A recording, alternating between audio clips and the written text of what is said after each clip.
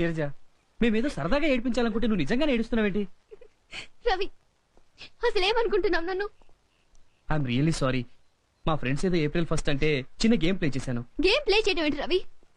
బాలసుబ్రహ్మణ్యాన్ని నేను సరదాకో కేవలం ఫార్మాలిటీ కోసమో చూడాలని అనుకోలేదు. ఏ వ్యక్తి వల్ల బాలసుబ్రహ్మణ్యం తన సర్వస్వాన్ని కోల్పోయి అనాథగా మిగిలిపోయాడు? ఆ జీకే ఎవరో కాదు, మా ఫాదర్. జీకే మీ ఫాదరా? ఎస్, మీ ఫ్రెండ్ రక్షించిన సుజాత ఎవరో కాదు, మా సిస్టర్.